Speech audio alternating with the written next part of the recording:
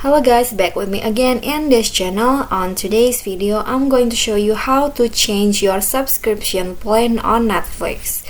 So, if you want to change your current subscription plan and you don't know how, just watch this video until the end. I'm going to show you how.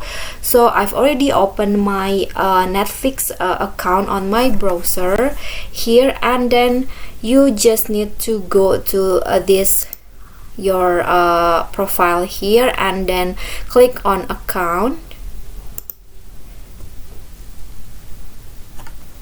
and then here at the plan details you can see this is the change plan option. Just click on that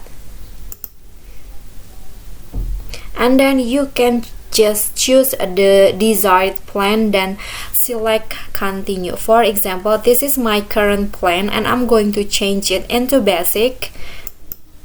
Just click on continue and then you just need to confirm the change and your new plan will start right away.